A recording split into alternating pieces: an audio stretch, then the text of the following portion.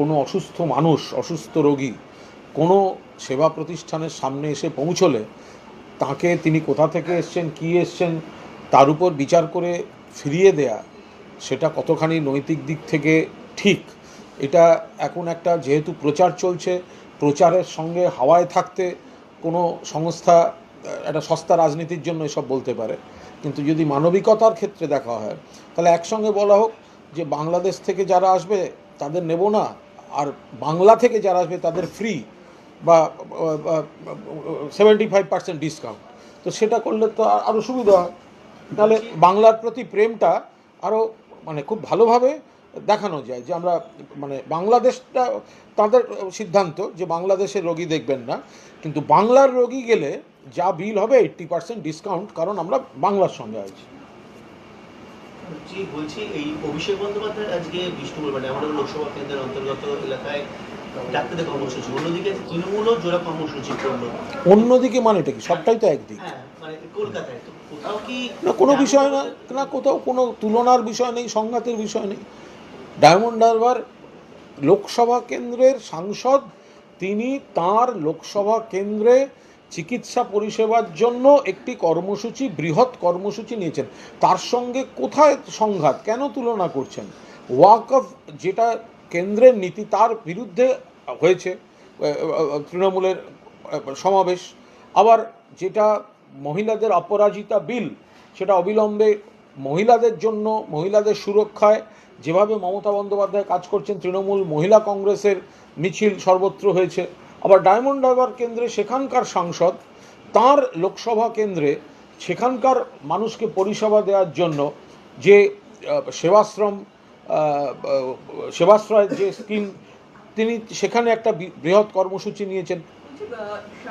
মাদারিঘাটে যে ফল প্রকাশিত হলো তাতে দেখা যাচ্ছে চা বাগানের 100টা যে বুথ রয়েছে সেই বুথের মধ্যে দেখা যাচ্ছে প্রায় 80-এরও বেশি বুথে, প্রায় 81টা বুথে সেক্ষেত্রে তৃণমূল কংগ্রেস এগিয়ে রয়েছে। তাহলে কি চা বাগান, যেখানে একটা তৃণমূল কংগ্রেসের পক্ষ থেকে এর আগে অনেক চা সুন্দরীয় সরকারের পক্ষ থেকে অনেক প্রকল্প করা হয়েছে, কিন্তু তাতেও মন পাওয়া যায়নি চা বাগানে, এইটা কি পরিবর্তন হচ্ছে? দেখুন, আমরা খুব স্পষ্টভাবে বলি, এই মাদারিহাট যে টি বেল্ট আছে ওখানে, ওটা একটা নমুনা মাত্র। ধরুন, যদি মাদারিহাট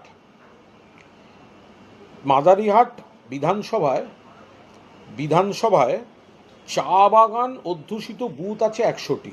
মাদারিহাট বিধানসভায় চা বাগান অধ্যুষিত বুথ আছে 100টি। তার মধ্যে এবার 81টিতে তৃণমূল কংগ্রেস প্রার্থী লিড নিয়েছে। 81টিতে 100টা বুথ চা বাগান এলাকায়, 81টাতে তৃণমূল জিতেছে, বিজেপি 19টায় জিতেছে। তৃণমূল মোট ভোট পেয়েছে 35,338 এই চা বাগানের বুথগুলিতে। সেখানে বিজেপি ভোট পেয়েছে 15,000 কম, মাত্র 20,605।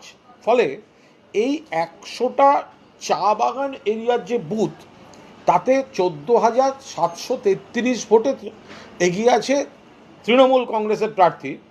উল্টো দিকে 2024-এর লোকসভা যদি দেখেন, এই 100টা টি গার্ডেন বুথসে বিজেপি 55টায় এগিয়েছিল, 45টা তৃণমূল এগিয়েছিল। এবার 45টা তৃণমূল এগোনোর বদলে তৃণমূল এগিয়েছে 81টায়, আর 55টা বিজেপি কমে গিয়েছে 19।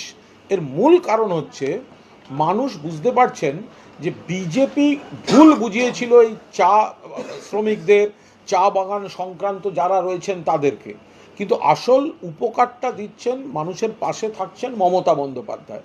সেই কারণে মানুষ, চা বাগান সংক্রান্ত মানুষ, তারা আবার তৃণমূল কংগ্রেসকেই পুরো ভোটটা দিচ্ছেন। সেই কারণে এই বিপুল সাফল্য তৃণমূল প্রার্থী। প্রাক্তন আইজি পঙ্কজ দত্ত জীবনাবসান হয়েছে আজকে বারাণসী হাসপাতালে, কি বলবেন?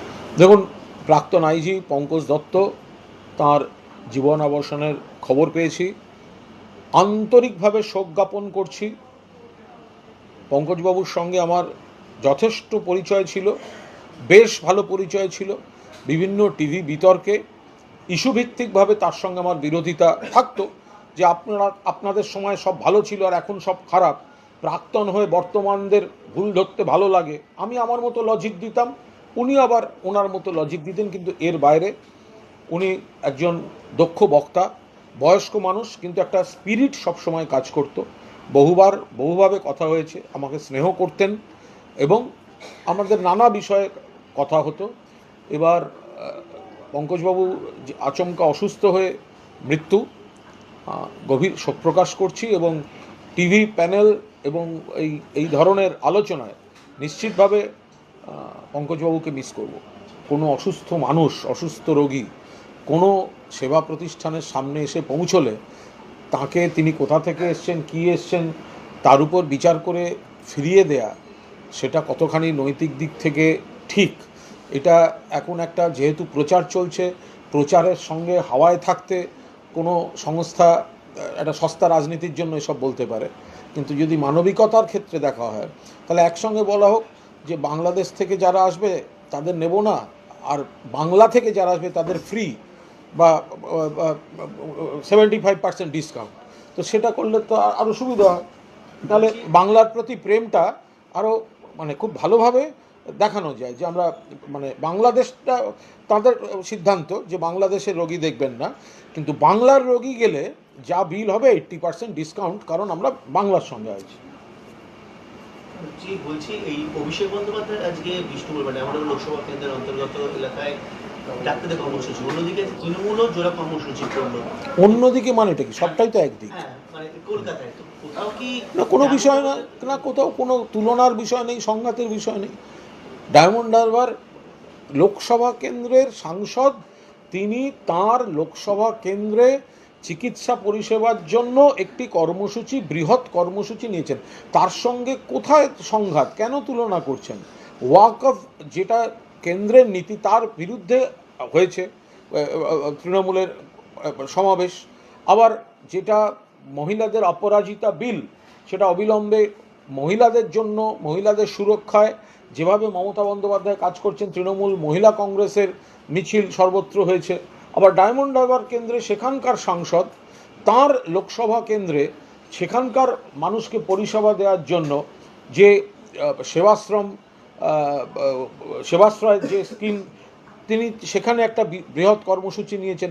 প্রাক্তন আইজি পঙ্কজ দত্ত তার জীবনাবসান হয়েছে আজকে বারাণসী হাসপাতালে, কি বলবেন? দেখুন, প্রাক্তন আইজি পঙ্কজ দত্ত, তার জীবনাবসানের খবর পেয়েছি, আন্তরিকভাবে শোক জ্ঞাপন করছি।